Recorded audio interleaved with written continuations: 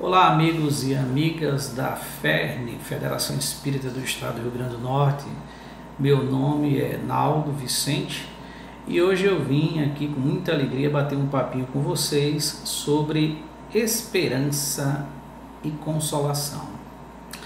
E eu estava dando uma folheada aqui no Livro dos Espíritos e encontrei esta pérola, a questão 924. Há males que são independentes da maneira de agir e que atingem o homem mais justo. Não há algum meio de se preservar deles? Olha que pergunta. Há males que são independentes da maneira de agir que atingem o homem mais justo. Não há algum meio de se preservar deles? Porque a gente tem visto tanto se falar agora, né? Essa questão, coronavírus, pandemia, e que tem atingido todo mundo, atinge lá o que é ruinzinho, atinge o que é bonzinho, atinge o que é injusto, atinge o que é justo. E essa pergunta me chamou a atenção. Há males que são independentes da maneira de agir e que atingem um homem mais justo. Não há algum meio de se preservar deles? Olha a resposta. Nesse caso, ele deve se resignar e suportá-los, sem murmurar, se quer progredir.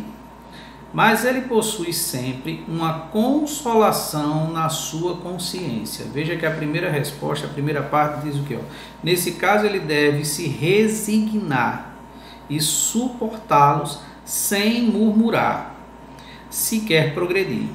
Mas ele possui sempre uma consolação na sua consciência que lhe dá a esperança de um futuro melhor, se faz o que é preciso para obtê-lo.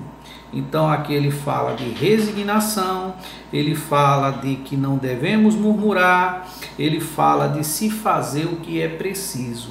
E eu estava pensando a respeito desse tema, né, esperança e consolação, e comecei a perceber lá de trás, há quanto tempo Deus tem nos ofertado sempre a esperança, né?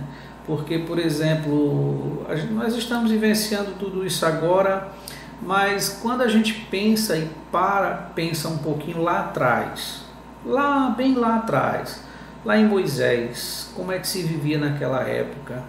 Vamos tomar por base o povo judeu, aí que vivia ali no regime de escravidão, lá no Egito. E aí nós temos a esperança que chega com Moisés, a esperança que chega para poder libertar. E além da esperança, você começa a perceber, eu comecei a perceber que vinha sempre o consolo junto. Por quê? Porque nós temos a esperança de um povo que sai do cativeiro, mas que não fica órfão, porque em seguida já temos os 10 mandamentos, que é ali o código moral para poder você começar a se entender, começar a utilizar para poder conviver melhor com o teu semelhante. Então a esperança vem da liberdade que o povo tem naquele momento, e o consolo vem através das leis, através daqueles que vinham conversando com você para poder orientar. E isso nunca mudou. Se a gente parar para perceber, nunca mudou, porque, por exemplo, nós temos lá Moisés, aí vem os profetas, aí vem Isaías, vem tanta gente boa, aí daí um pouco nós chegamos aonde? Nós chegamos em Jesus. Então perceba que desde aquela época sempre Deus está nos ofertando a esperança, e associado à esperança sempre alguém para trazer o consolo. Sempre tinha um profeta, sempre tinha um líder espiritual, sempre tinha um sábio, sempre tinha um mestre que trazia a esperança para um povo sofrido, mas que também trazia o consolo. E esse consolo ele estava sempre atrelado ao porvir, Então a gente vai chegando até Jesus. Quando chegamos em Jesus, aí de fato essa esperança ela não fica mais tão vaga, mas ela passa a se tornar uma realidade porque Jesus passa a falar sempre numa linguagem muito clara, muito simples, parábolas, e estava sempre falando, olha, tudo que Jesus falava tinha um pouquinho do germe da vida futura. Ou seja, ele falava sempre da esperança que devíamos ter na vida futura, mas ele estava sempre consolando, olha, para chegar nesse patamar, você tem que fazer assim, você tem que agir assim, você vai ter aqui o Sermão do Monte, eu vou deixar para vocês um código de conduta, um alicerce moral, para que você possa ir se reformando. Por quê? Porque eu estou te trazendo a esperança do porvir, mas estou também te trazendo o consolo do momento que tu estás passando, como tu deve se resignar, como tu deve suportar. Aqui eu vou te deixar virtudes para que tu possa se aprofundar, pautada na humildade, pautada na paciência, pautada na resignação. Então a gente vai percebendo que ao longo da história a gente sempre teve a mão de Deus nos amparando com a esperança, e associado à esperança sempre tinha também o consolo, não é? Então, por exemplo, nós tivemos em Jesus, e aí você pare para analisar que mesmo quando nós imaginarmos que estava tudo perdido, não é? Ah, não, mas ele agora fala em morte, ele fala em nos deixar, ele fala em ir, voltar para a casa do Pai e tal.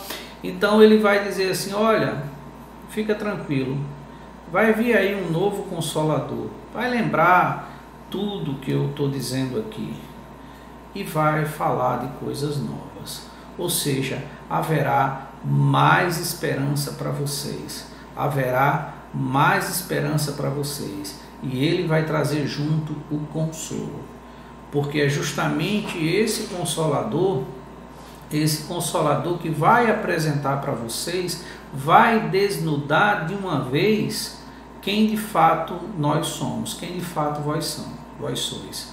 Ou seja, aí foi apresentada a doutrina dos Espíritos, que chega num momento muito dramático na história, onde a ciência avançava, e à medida que a ciência avançava, a Bíblia ia se perdendo com algumas coisas, porque a ciência ia comprovando fatos, e aí o homem ia deixando de crer na religião, e a religião foi se afastando da ciência, e a ciência foi prometendo aquela felicidade, mostrando que a felicidade estava aqui no mundo material através dessa ciência que era apresentada ao mundo, e daí vai se tendo cada vez mais pessoas que deixam de acreditar na religião, na religiosidade, de acreditar em Deus, e passa a acreditar mais nos feitos do próprio homem, da própria ciência. Então o Espiritismo chega nessa hora para provar que existia sim um Deus grande, um Deus que podia, um Deus que trazia esperança, um Deus que trazia o consolo. E por quê?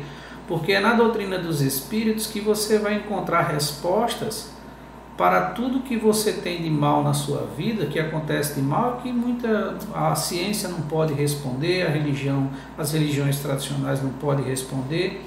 Então o Espiritismo chega trazendo essa esperança, mas não só a esperança do porvir, apresentando a relação entre os dois mundos, mas provando que de fato ele existe, provando a independência de cada um de nós, mostrando claramente que daqui saindo, nós continuaríamos as mesmas pessoas, apenas sem o invólucro carnal, que continuávamos nossa independência, nossos sentimentos, e continuávamos gostando daqueles, e vivendo, e convivendo, e amando. Então o Espiritismo ele vem trazendo a esperança no século XIX, mas junto dele o consolo, e provando e mostrando, olha, você sofre por isso aqui, amigo, você está sofrendo por esse motivo. Então, mais uma vez fica aqui o registro de que, ora, há males que são independentes da maneira de agir e que atinge o homem mais justo, não importa. Por quê? Porque eu gosto muito dessa frase de Emmanuel, que aqui não existe injustiçados. Existe a injustiça, mas não o injustiçado. Então, quando a gente já parte desse princípio, ora, peraí, se não existe injustiçado, se não existe aqui alguém injustiçado, por que eu tenho que reclamar? Por que eu vou murmurar sobre tal situação? Não, isso vai passar também, isso nunca foi diferente. Então veja bem, quando ele vai dizer assim, olha, não há algum meio de se preservar deles, nesse caso ele deve se resignar e suportá-los sem murmurar. Então veja bem, se a gente está diante de um problema tão grande, cada um de nós temos por si só a obrigação de cumprir tudo isso aqui para a gente poder progredir. Então nós que já estamos diante dessa doutrina já sabemos que, número 1, nós não somos injustiçados, nós não somos. Então, número 2, ora, se eu estou passando por esse processo, o necessário se faz que eu me mantenha resignado, forte, sem murmurar, mas principalmente dar o exemplo a outros que convivem conosco.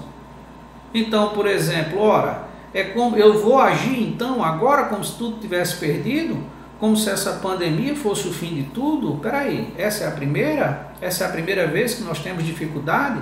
Esquecemos que aqui é um mundo escola, é um mundo de provas e expiações, que de alguma forma aqui tudo que acontece é bom. Por quê? Porque vamos progredir. Ah não, mas aqui está acontecendo é ruim, ruim do nosso ponto de vista, pequeno, ruim do nosso ponto de vista ainda humano, material. Mas não pode existir nada ruim no mundo, porque se existisse algo ruim no mundo, teria sido Deus que teria feito para nós, e Deus não pode ter feito nada ruim para nós.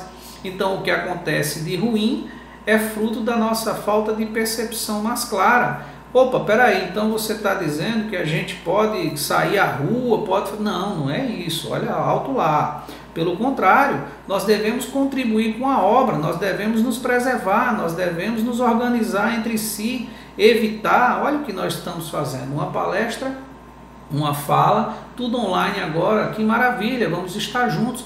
Esse período é necessário passar por tudo isso com resignação.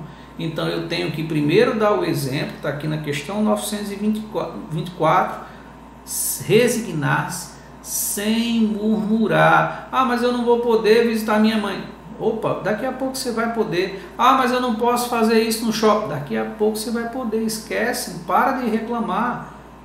Porque quem reclama está clamando duas vezes. Você deve fazer isso? Não. Então espera, se resigna. Por quê? Porque a história já nos conta tudo isso. A história já nos diz que Deus sempre nos ofertou a esperança. E junto à esperança o consolo de um mundo melhor, o consolo de um dia melhor, um consolo de uma noite que acaba e de um dia que clareia com o sol que brilha. Então isso nunca será diferente. O que nós estamos passando agora vai passar. Nós vamos aprender muito sobre tudo isso. Nós vamos rever conceitos que estavam de certa forma adormecidos. Nós vamos ver muita coisa diferente daqui por diante.